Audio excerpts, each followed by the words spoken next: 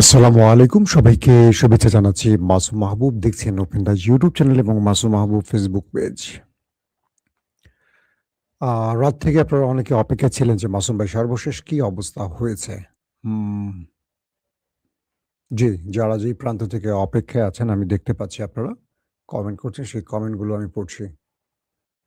এটা কে লিখছে? এটা আবার এটা তো আমার লেখা না, এটা অটোমেটিক এখানে আসছে কিভাবে?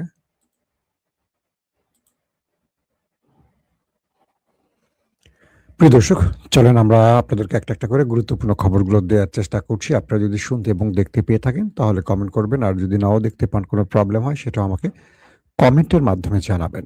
১ম যে খবরটি দিয়ে শুরু করতে চাই। আমেরিকা ইরানের বিরুদ্ধে একটি চ্যালেঞ্জ গ্রহণ করেছিল। কারণ আমেরিকার আর কোনো কুলকিনারা নাই। আবার ইরানের সামনেও এই চ্যালেঞ্জ মোকাবেলা ছাড়া আর কোনো পথ খোলা নাই।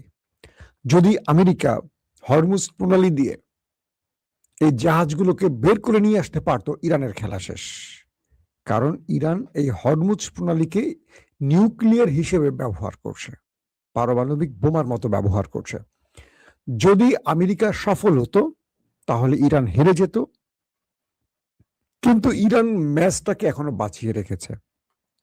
অর্থাৎ ইরান এখন ধরেন এই ম্যাচে ফিরে এসছে, আমেরিকাকে এখন আবার সুপার ওভার মোকাবেলা করতে হবে। বিষয়টা দাঁড়িয়েছে এরকম যে আমেরিকা এই যুদ্ধে ৪০ দিনের লড়াই শেষে আমেরিকার অর্জন কিচ্ছু নাই। পুরো পৃথিবী থেকে একা হয়ে পড়া। ডোনাল্ড ট্রাম্প এবং ইসরায়েল আন্তর্জাতিকভাবে ব্যাপক চাপে পড়া, তা কোণঠাসা হয়ে যাওয়া। তারপর হরমুজ প্রণালীতে নেভাল ব্লকেট তৈরি করে দিয়ে আমেরিকা এই ম্যাচে ফেরার চেষ্টা করেছে। সেখানেও পৃথিবীর অন্য কোনো দেশ আমেরিকার পাশে এসে দাঁড়ায়নি এবং ইরান আমেরিকার চোখের সামনে দিয়ে তার খেলা চালিয়ে গেছে। সর্বশেষ আমেরিকা দেখলো এইভাবে সাগরে বসে আমার সেনাদেরকে মানে ৩ বেলা খাওয়ান দিয়ে রাইখা দিয়া আমার তো পোষাচ্ছে না, আমি তো কিছু পাচ্ছি না। ইরান তো বিকল্প পথ তৈরি করে ফেলেছে, রেল লাইন দিয়ে তেল নিয়ে যাচ্ছে, বিভিন্নভাবে তেল নিয়ে যাচ্ছে, আমরা কিচ্ছু করতে পারছি না। তাহলে কি করা উচিত আমার? আমার এখন একটা বড় কেওয়াজ তৈরি করতে হবে। আর সেই কেওয়াজটা তৈরি করলো কিভাবে ট্রাম্প? সে সকল জাহাজকে বলল, তোমরা যারা হরমুজে আটকা পড়ে আছো তোমরা সবাই সম্মিলিতভাবে একসাথে মুভ করো, তোমাদেরকে নিরাপত্তা দেব আমরা, মানে আমেরিকা তোমাদের নিরাপত্তা দেবে। ঠিক এই ঘোষণা দেওয়ার পরপরই দক্ষিণ কোরিয়ার একটি জাহাজ হরমুজ ত্যাগ করার চেষ্টা করলে ইরান তার উপর অ্যাটাক করে বসে। বাকিরা দ্রুত পালায়, কাম তো সারছে, ইরান তো ছাড়বে না। এরপর আমেরিকা রাডার বন্ধ করে দিয়ে, তার যুদ্ধ জাহাজের যে রাডার সিস্টেম বন্ধ করে দেয়, লোকেশন অফ করে দিয়ে চুপি চুপি হরমুজে ঢোকার চেষ্টা করে, যে ঢুকে সে বাকি জাহাজগুলোকে নিরাপত্তা দিয়ে বের করে একটা বিজয় ডিক্লেয়ার করবে। ডোনাল্ড ট্রাম্প তার বিজয় হয়েছে এই ঘোষণাটা দেবে। সির্ফ একটা ঘোষণার জন্য ডোনাল্ড ট্রাম্প এই রিস্কটা নিল। ইরান তো বুঝে গেছে, রাডার বন্ধ করার পর, লোকেশন বন্ধ করার পরও ইরান বুঝে গেছে যে আমেরিকার যুদ্ধজাহাজ মুভ করছে। প্রথমেই সংকেত পাঠালো, আমেরিকার যুদ্ধজাহাজ গেল না। দ্বিতীয়বার আবারও সংকেত পাঠালো। ৩ দফার সংকেত পাঠানোর পর মার্কিন যুদ্ধজাহাজ যখন এখান থেকে মুভ করলো না, তখন ইরান মিসাইল অ্যাটাক চালালো, ক্রুজ মিসাইল অ্যাটাক চালালো আমেরিকার উপর। এই হলো কালকের ঘটনার সূত্রপাত। কালকে আমেরিকার সেন্টারকম বলছে যে ইরান যে দাবি করেছে যে আমেরিকার উপর হামলা হয়েছে বা হামলা করেছে, তারা আমেরিকার কয়েকটি জাহাজের, যুদ্ধ জাহাজে ইরান হামলা করেছে, এই ঘোষণাটা ইরান দিলেও আমেরিকা স্বীকার করেনি। আজকে অবশেষে ডোনাল্ড ট্রাম্প স্বীকার করলেন যে হ্যাঁ, ইরান তাদের বাণিজ্যিক এবং যুদ্ধ জাহাজের উপর ক্রুজ মিসাইল অ্যাটাক চালিয়েছে। তার মানে ইরান প্রথমে যে দাবিটি করেছে সেটি সত্য প্রমাণ হলো। আমেরিকা প্রথমে ইজ্জতের ভয়ে স্বীকার করেনি, পরবর্তী ইরান যখন প্রমাণ দিয়ে দিয়েছে, আমেরিকা স্বীকার করলো যে হ্যাঁ, ইরান আমাদের উপর আক্রমণ চালিয়েছে। এক ভাই প্রশ্ন করেছেন, মাসুম ভাই আপনার ভিউয়ার্সদের কে নিয়ে একটি সম্মেলন করেন, আমরা সেখানে আপনার সাথে বিভিন্ন ধরনের কথাবার্তা বলতে চাই, আনন্দ করতে চাই। ইনশাআল্লাহ হবে। আপনারা প্ল্যান করেন কিভাবে কি করা যায়। আমি এখন বাংলাদেশেই আছি। আপনারা প্ল্যান করেন। নিজেরা বিভিন্ন কোরাম করে দেখেন। ভালো হয়। বিভিন্ন প্রশ্নগুলো নিয়ে আমরা কথা বলতে পারি। আরো অনেক থাকবে আমাদের সাথে। দর্শক, এরপরে যে বিষয়টি তৈরি হয়েছে যে রাতে ইসরায়েল ঘোষণা দিয়েছে আগামী 24 ঘন্টা, মানে রাতে, এটা কিন্তু 24 ঘন্টার অর্ধেক টাইম পার হয়ে গেছে। ইসরায়েল বলছে যে আগামী 24 ঘন্টার মধ্যে আমেরিকাকে সাথে নিয়ে ইরানে হামলা করবে তারা। তার মানে আজকে বড় রকম আক্রমণ হতে যাচ্ছে ইরানে। যেহেতু তারা বলছে, নেতাকাকুর দেশটি বলছে আগামী 24 ঘন্টা, তার মোটামুটি 10-12 ঘন্টা পার হয়ে গেছে। তো আমেরিকাকে নিয়ে তারা বড় রকম আক্রমণ করবে। তাদের গণমাধ্যমগুলো বলছে যে ইসরায়েল ইরানে আক্রমণের জন্য সকল প্রস্তুতি শেষ করেছে। এখন ডোনাল্ড ট্রাম্পের একটা গ্রিন সিগন্যাল পেলেই অ্যাটাক শুরু। তো এই পরিস্থিতির মধ্যে ইরান তার গোয়েন্দা মারফত যে তথ্যগুলো পেল, সেখানে বলা হয়েছে যে আরবের একটি রাষ্ট্র থেকে ইরানে বড় রকম অ্যাটাকের পরিকল্পনা চলছে এবং আরবের ওই রাষ্ট্রটি আমেরিকাকে বারবার চাপ দিচ্ছে যুদ্ধের জন্য, ইরানের সাথে যুদ্ধটা আবার বাঁধাবার জন্য। আর সেই দেশটির নাম আরব আমিরাত। ইরান যখন জানলো রাতে সেই দেশটির মধ্যে ব্যাপক রহস্যজনক মুভমেন্ট হয়েছে, প্রচুর মার্কিন যুদ্ধ বিমান ওঠানামা করেছে, ড্রোন ফ্লাই করেছে, রিফুয়েলিং ট্যাঙ্কার মুভমেন্ট করেছে, সেনারা এক ঘাঁটি থেকে এক ঘাঁটিতে মুভমেন্ট করছে এবং একটা বড় অ্যাটাকের পরিকল্পনা চলছে, এটা কিন্তু ইরান প্রতি মুহূর্তে জানছে। যে খবরগুলি আমি আপনাদের দিয়েছি, তার মানে ইরান তো জানে। আমি যদি জানি, ইরান জানে না? এই খবরের ভিত্তিতে ইরান হরমুজ প্রণালীতে একটি রেখা টেনে দিয়েছে। আমি কালকে রাতে আপনাদের দেখিয়েছি, লাগলে এখন আবার দেখাবো। ইরান ঘোষণা করেছে যে হরমুজ প্রণালীর এই সীমানার মধ্যে কেউ প্রবেশ করবে না। আপনারা আমার স্ক্রিনে দেখতে পাচ্ছেন। এই যে আপনারা হরমুজ প্রণালীর যে ম্যাপটা দেখছেন, সেই ম্যাপে দেখেন দুদিকে দুটো মেরুন কালারের বার দেয়া আছে, দাগ দেয়া আছে। ইরান এই অঞ্চলটুকু তার ঘোষণা করে বলছে এখানে কেউ প্রবেশ করবে না এবং এই জোনের মধ্যে যারাই প্রবেশ করবে তারা আক্রান্ত হবে। এরই মধ্যে একটি পাশ আছে, আপনারা দেখবেন, আরব আমিরাতের অঞ্চল, আর বাকিটা হলো ওমান এবং ইরানের। আরব আমিরাত এই অঞ্চলের কোনো একটি ফাঁক গলিয়ে গোপনে তেল বিক্রির কাজ চালিয়ে যাচ্ছিল, যেই নিষেধাজ্ঞাটা ইরান দিচ্ছিল সেটাকে অমান্য করে। তারপর ইরান যেই কালকে রাতে মুভমেন্ট এবং আরব আমিরাতের বিশ্বাসঘাতকতার যে অবস্থাগুলো বুঝতে পেরেছে, তার ভিত্তিতে ইরান আরব আমিরাতে কয়েকটি গুরুত্বপূর্ণ শহরে, ফুজেইরা সহ কয়েকটি গুরুত্বপূর্ণ শহরে মিসাইল অ্যাটাক চালায়। এবং আমরা যখন দেখেছি যে এই মিসাইল অ্যাটাকের পর আরব আমিরাতের শুধু ফুজাইরা না, আরো কয়েকটি শহরে অ্যাটাক চালিয়েছে ইরান, মিসাইল অ্যাটাক।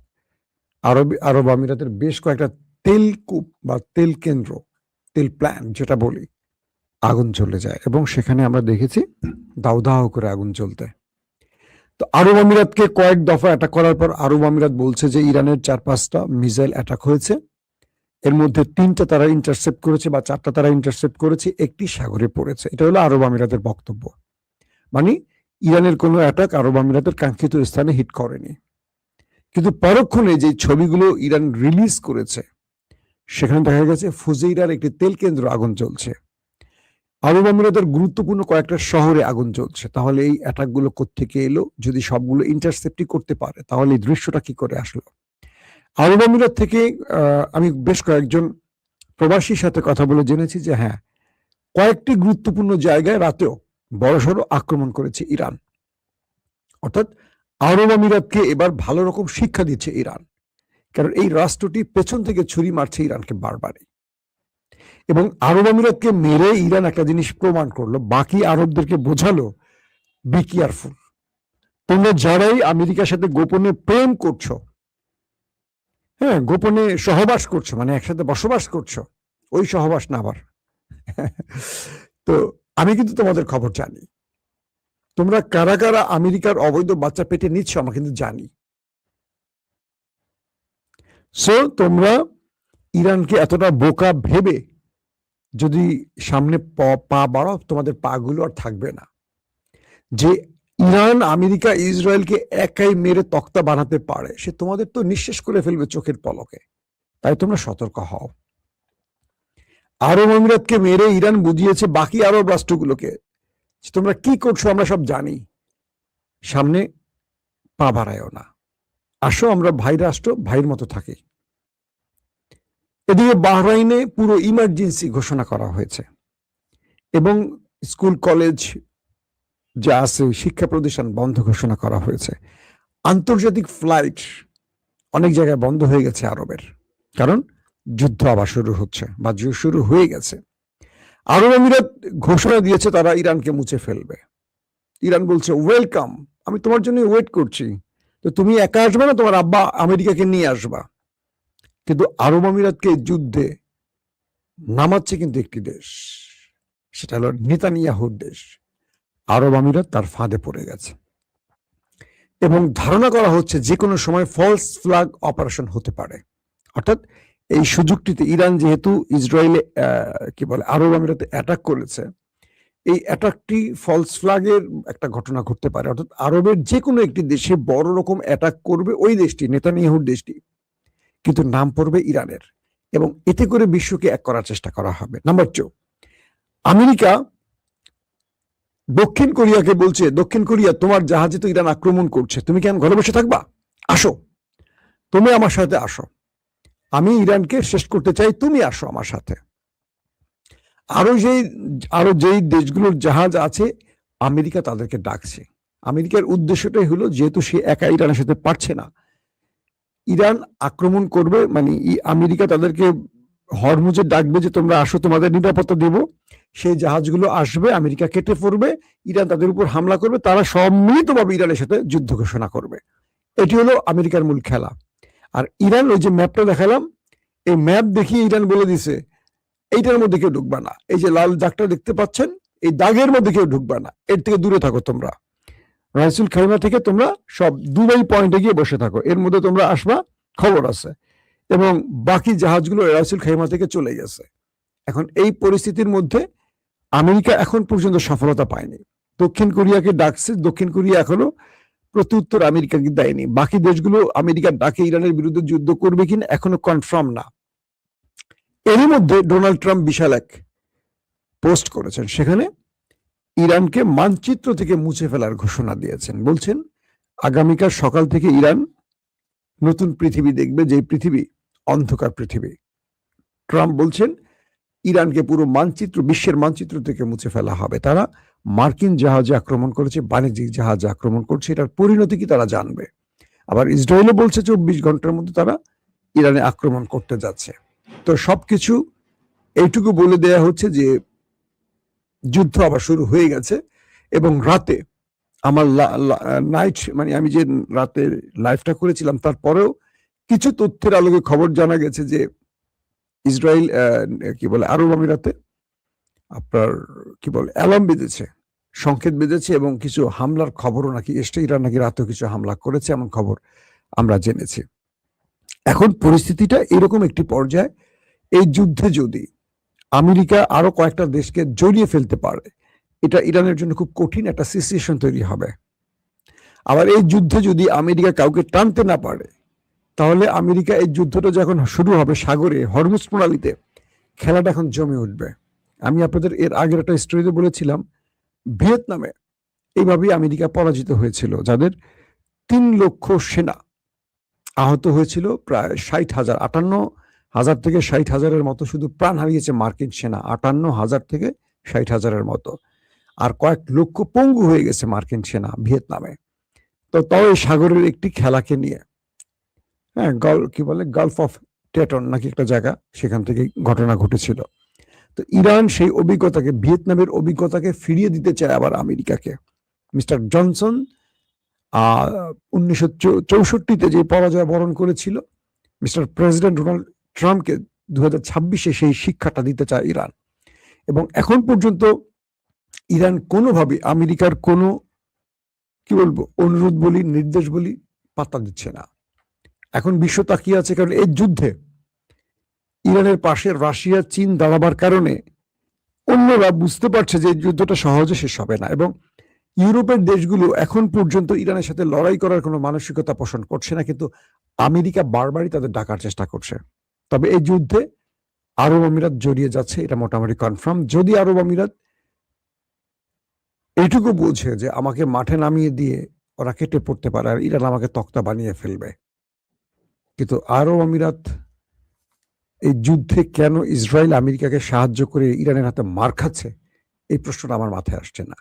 এই প্রশ্নটা হয়তো আপনারাও জানেন, আমিও জানি, কিন্তু মানে ইসরায়েলকে সমর্থন করা বা আমেরিকাকে সমর্থন করে তার লাভটা কোথায়, এটা আমাদের একটু বুঝতে হবে। দর্শক, এখনকার মতো বিদায় নেই। ইনশাআল্লাহ আজকে আমি আরো কয়েক দফা লাইভে আসার চেষ্টা করব। অনেকেই বলছেন যে নোটিফিকেশন পাচ্ছেন না। আমি কি করব ভাই, নোটিফিকেশন না পেলে? আনসাবস্ক্রাইব করেন, আবার সাবস্ক্রাইব করেন, দেখেন আসে কিনা। প্রত্যেকে ভালো থাকবেন। আল্লাহ হাফেজ।